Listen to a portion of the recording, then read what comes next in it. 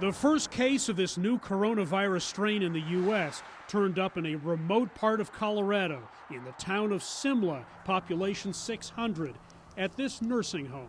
The individual is a man in his 20s who was working in Simla, not recently traveled. He's currently recovering in isolation, mild symptoms. He's one of 2 Colorado National Guard members who were sent to help with staffing at the Good Samaritan Society facility. The other guardsman is suspected of having the same infection. All 24+ residents of the home had already tested positive for COVID-19. We do not have evidence that the variant virus is circulating in that facility, but testing is ongoing. We have additional individual specimens that will be tested today and additional specimens that will be collected later today from the facility. The B.1.1.7 COVID variant was first identified in the United Kingdom, where thousands of these cases have been reported already, and the number is growing.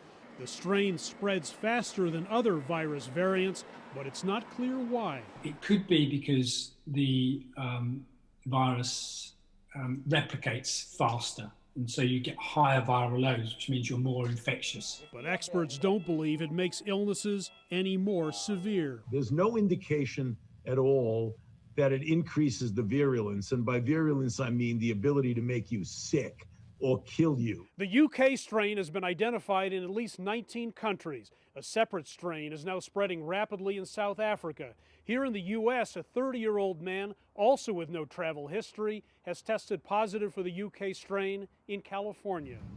Just as coronavirus infections are showing signs of leveling off in the U.S., the concern is that the new variant could cause cases to spike yet again in the new year. If you're ill, instead of only making 2 or 3 other people sick, you might actually spread it to 4 or 5 people.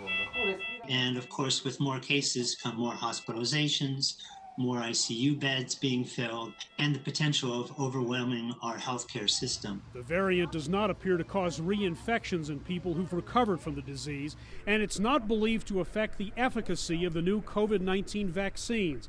But it does show that viruses like these can mutate easily. The bottom line is that we need to suppress transmission of all SARS-CoV-2 viruses as quickly as we can. The more we allow it to spread, the more opportunity it has to change. Meantime, Colorado authorities are investigating how the new strain surfaced here and who the National Guardsmen came in contact with during their deployment. HENDRIK, SYBRANDY, CGTN, Denver.